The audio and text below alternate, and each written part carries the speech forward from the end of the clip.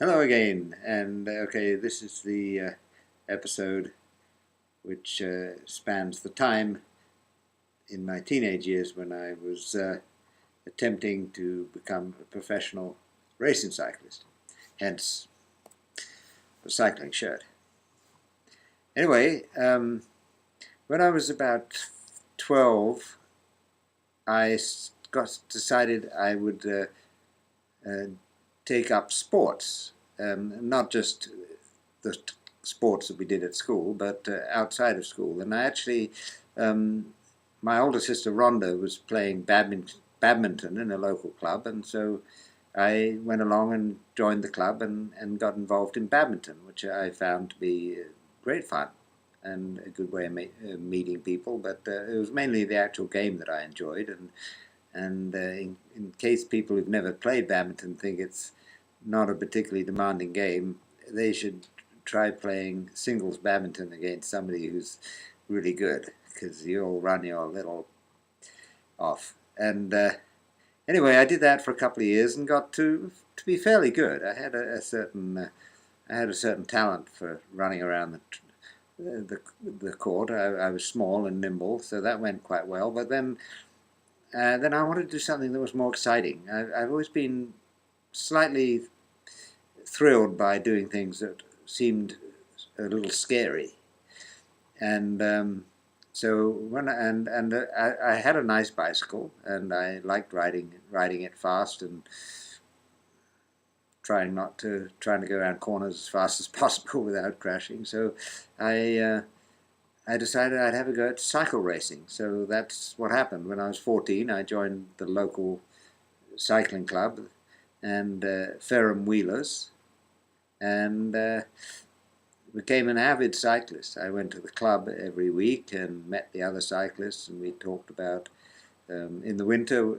In the winter, on every Sunday, we went on what was known as a cycle run, a club run, which is where sometimes three or four, sometimes 10 or a dozen club members would show up, and we'd go on a cycle ride in the beautiful countryside of Hampshire and the New Forest and all that beautiful cycling country. And we'd cover anything between 65 and 100 miles in the course of a day. In the winter, we weren't too serious about being super fit, so we'd stop at a pub or two and have a sandwich and a pint or something. And although I was only 14, in those days, in a country pub, and you could often get away with drinking a pint or two when you were actually underage, but we won't go into that. And anyway, I at that age of 14, I was in fact in the class classified as a schoolboy racer, and we raced very short distances, usually no more than 10 miles, around the local airfield at Lyon, Solent. We used to race with the Navy. It was a naval base. They gave us permission to stage bike races around the perimeter track of the airfield, which was about 2.5 miles. So the schoolboys used to race around 4 laps, and the seniors would race around 20 laps. And that was my introduction to cycle racing, and it was a bit of an eye-opener because although the standard, looking back on it, I can see the standard wasn't particularly high.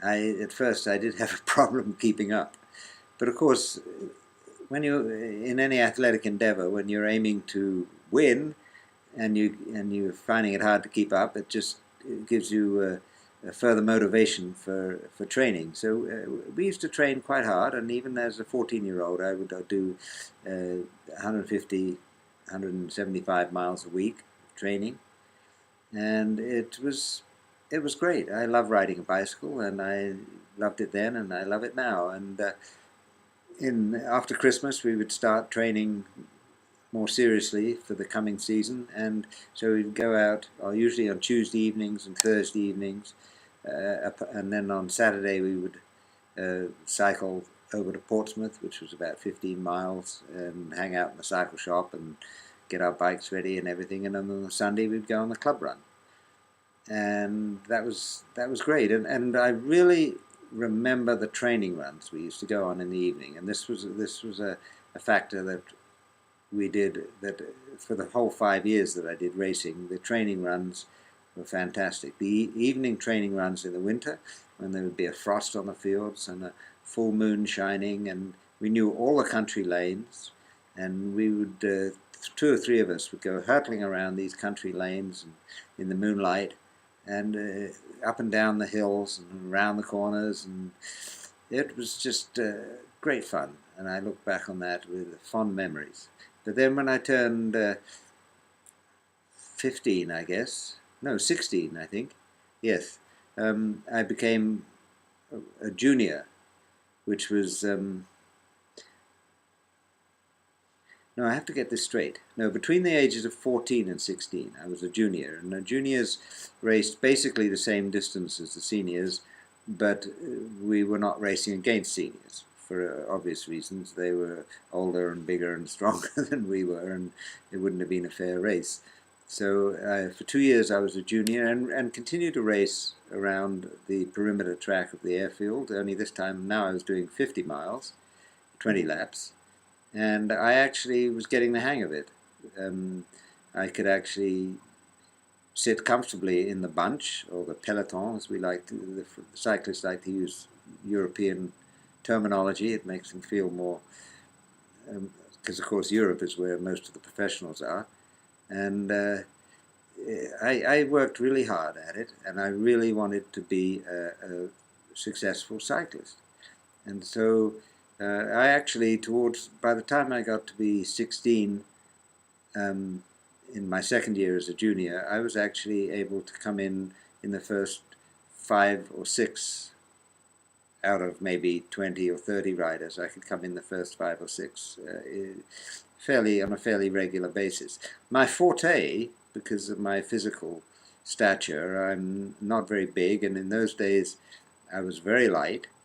My racing weight when I was 16 was probably about 114 pounds, which is, looking back on it, very light. But then cyclists are very, road cyclists, like you see in the Tour de France, said, are extremely light people. They have practically no body fat. You've only got to look at people, the famous ones like Lance Armstrong and people like that. I mean, you see him in his racing shape, and he is a greyhound. Very, not large upper body development, because you don't need it. And it's all about endurance and efficiency and style and stamina and determination. All good things to develop, I think, in a young person. And so my cycle racing was exciting, it was thrilling, and it motivated me, and it enabled me to, it showed me how far I was able to go if I applied myself and used determination and motivation, and how one made progress. And so, but as I was saying, I was a very light little chap, and so I was really good at going up hills. How it works in cycling is that when you come towards the finish of a race, the bunch slows down for the last few kilometers, and then rolling in towards the finish, it speeds up and speeds up, and the sprinters on the flat, if it's a flat finish, the sprinters will be the big guys, the big, really powerful guys. And the little guys like me will lock on the back wheel of one of these big guys and try to get a toe up to the front so that I can make an attempt at getting by just before the line. But if the race finishes on a steep hill, and quite a few of the races did, because it meant that you didn't get these mass high-speed 45-mile-an-hour sprint finishes, and it was a safety factor. So quite a few of the local races in southern Hampshire, where I raced, finished on fairly steep hills, because that slowed the whole finish down, and serious injuries were not so likely, because there's no doubt about it, cycle racing, you can get hurt quite often. There's plenty of opportunity to get hurt in cycle racing. And so the only races that I ever won were actually races that finished on steep hills, because being so light, I could zip up these steep hills when the big, powerful, chunky guys that were, in their element on the flat, they couldn't get up the hills so quick. merely because of their weight, and that kind of thing. So I actually did come second, third, and even won a few races. And then when I was 16, I think, I took up cyclocross in the winter, which is cross-country cycling on special bikes. They're still lightweights. They're still most of them are 5 speeds, but they're basically the same racing bike that you use during the summer, with different gearing, different wheels, and especially different tires, big meaty tires. It was really the forerunner to mountain biking, and it was great fun. I was good at cyclocross. Cyclocross actually involved some running, and that was part of, they used to try and make courses so that it was 80% cycling, but also you had obstacles, rivers, and fences, and ploughed fields, and that kind of thing to get over. And if you were confronted with a ploughed field, you got off and run and carried your bike, and that made. And I was a good runner, so I did quite well at cyclocross too. And then when I was 18, I had a friend, another cyclist, who had spent a season racing in Belgium, and he was going back the following year to Belgium, and he had a little RV, a little trailer home, or caravan, as the British like to call it. And we fixed up that caravan, and I went over to Belgium with Ian, my friend, and to see what were the chances of being a successful cyclist in Belgium, which of course you pretty well had to do if you were going to be a professional cyclist. In those days, Belgium had over 3,000 professional cyclists. It was much, much bigger than soccer in Belgium, and I believe it still is. I mean, I believe in the Low Countries, in Belgium, Holland, Luxembourg, cycling is a bigger sport than soccer, as it is in France and Italy. It's people who are not familiar with professional racing, cycle racing in Europe, have no idea how big it is. It's a huge sporting genre. The Tour de France, for instance, is the sporting event in the world that is watched live by most people. That's partly because it goes on 3 weeks, so there's lots of opportunity for people to see it. But nevertheless, professional cycling is a very big deal. And in 1967, Jacques Anquetil won his 5th Tour de France, and his salary that year, not his winnings or his sponsorship, his salary was £2.5 million in 1967, which meant that he was the highest paid professional athlete in the world. And that was not counting his sponsorship or his prize money. The prize money is shared out amongst the whole of his team, because on road racing, especially stage racing, such as the Tour de France or the Tour of Italy, Tour of Spain, etc., you cannot win it if you don't have a group of riders who are working for you, and that is your team. And the team is usually 8 or 9 riders, and they'll have a team captain and it's their job to get the team captain in a position to win the race. And he won't, and you can't do it on your own. As you know, nowadays we're probably more familiar with Lance Armstrong, especially in North America, than any of the other riders. And he wouldn't have won any Tour de France's if he hadn't had a very strong team backing him up and sheltering him from the wind, and helping him out if he gets a puncture or crash, helping him getting back up with the group, and generally keeping an eye on the other rivals of Lance Armstrong, so that they don't get away in a sneak attack when Lance has got a puncture or something like that. Anyway, what I'm saying is that road racing is very much a team sport, but I never got to that level. I stayed in Belgium for that summer. I guess it was 1965, and that was a wake-up call. Oh my goodness! For a start, the road conditions were very, very strange. A lot of cobblestones, or pavés as they call it in that part of the world. I can remember riding a 98-mile cycle race, and the whole race was on pavé, on cobblestones. And the only way you could get off the cobblestones was to ride along the shoulder, which was basically a fairly bumpy and gravelly and sandy strip about a foot wide at the side of the road. And while people on a regular bike might think, well, what's the problem with cobblestones? Well, when you're riding on a lightweight bicycle with the tires pumped up to 110 pounds and you're sitting on a very hard saddle, the vibration there's a big problem with cobblestones. And of course, if you crash, you're liable to hurt yourself a lot too, because the cobblestones are not smooth. These are old-fashioned cobblestones, and it was a real wake-up call.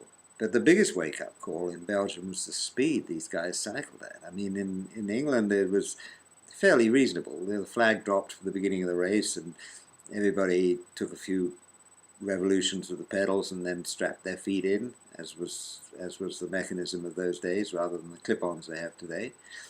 And then you'd start off up the road and you'd form a nice big group and you'd cycle along pretty fast, and you'd come to a hill and the good climbers would try to get away, and generally you'd get into the racing in a fairly civilized manner. But in Belgium, the flag would drop and you had to do one revolution of the pedals, strap your foot in and sprint as hard as you could, because everybody sprinted like mad for about 5 miles, and the ones that were left in a group at the end of 5 miles would then form the peloton, and they'd continue to race at a high speed, and the ones that were left behind never even got in the group. And that usually the ones that didn't actually form part of the group were usually numerous English people like myself, or limeys that had come over to try their hand at serious cycle racing. And so it was a real wake-up call. The other thing, and this is not such a good aspect of cycle racing, was that there was quite a lot of stimulant use in those days. I believe they're starting to get a serious handle on it, but cycling is the ideal sport for using stimulants, because you're sitting down and you're just winding those pedals as fast as you can. So that was the other thing, was that I found that a lot of the amateurs in the 60s were using just straight out stimulants, and I refused to do that. Absolutely, I thought that was a stupid idea. I wasn't going to put that stuff in me. So at the end of that season, 1965, I decided that, well, this wasn't for me. I wasn't going to be able to make a decent living as a cyclist, and so I better do something else. I was also starting to get seriously interested in the opposite sex, which of course is a distraction from anything else. And so anyway, I returned at the end of 1965 and quit cycle racing, which in a way was a shame, because I'm actually thinking of getting back into it at my age. And, but the thing is, as a young cyclist, as a young man, I wanted to get to the top, and anything other than that I wasn't really particularly interested in. When now I like cycling just for the sheer enjoyment of it, and for how good it makes you feel. Then that's what was really the benefit of it, was that athleticism, even at a fairly relaxed level, whatever the sport, you get in this zone. I go out on my bike, or maybe even get on the rollers, as you've seen, and I get into this zone, and it's like a meditation. Cycling's very rhythmic. It's pretty smooth.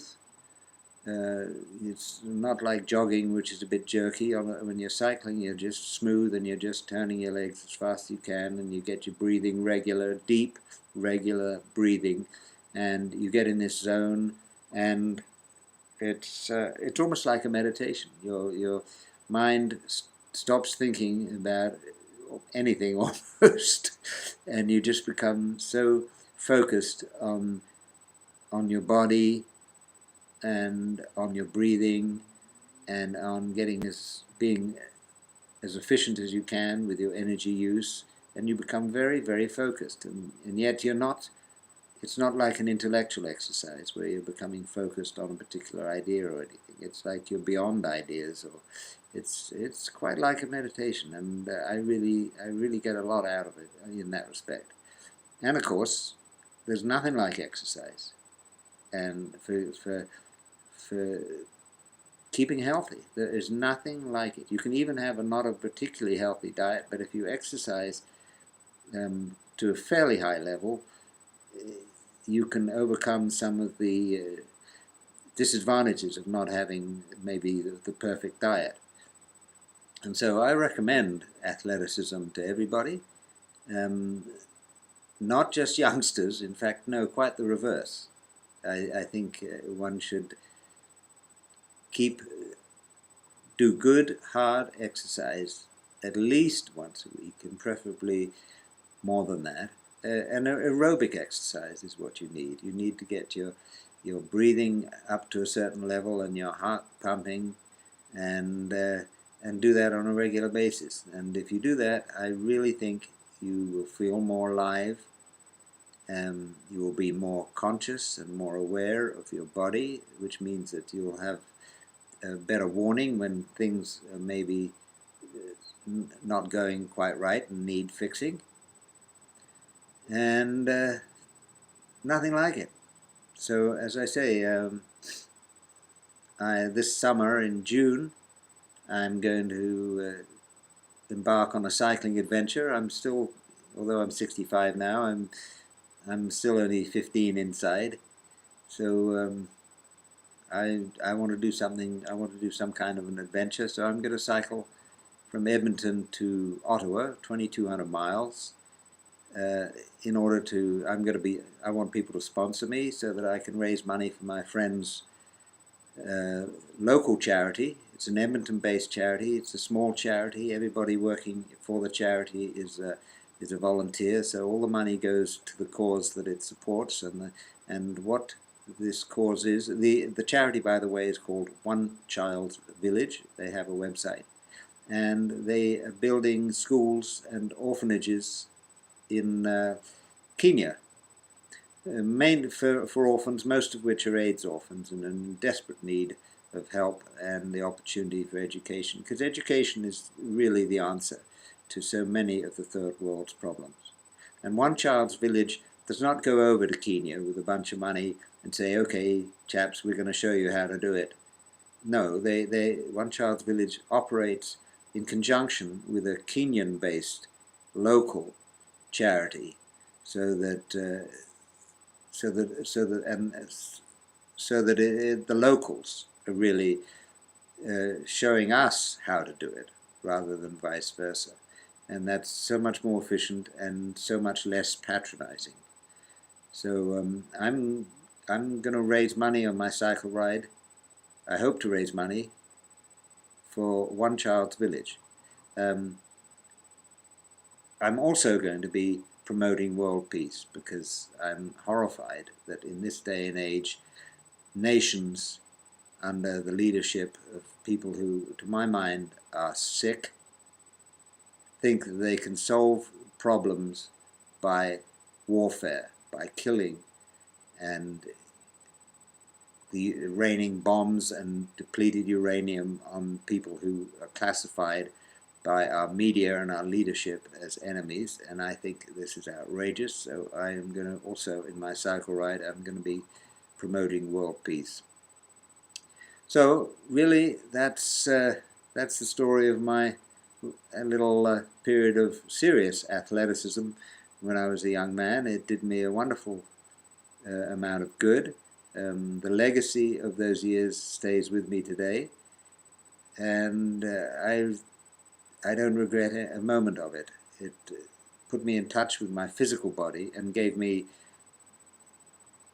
the ability to maintain a vigorous physical body up until now, at least, and I hope in the future for some years to come. And so that's the period of my life when I gained an intimate knowledge and respect for my physical body, which of course is part of who I am. So anyway, I'll leave it at that, and thank you very much. I'll see you again soon.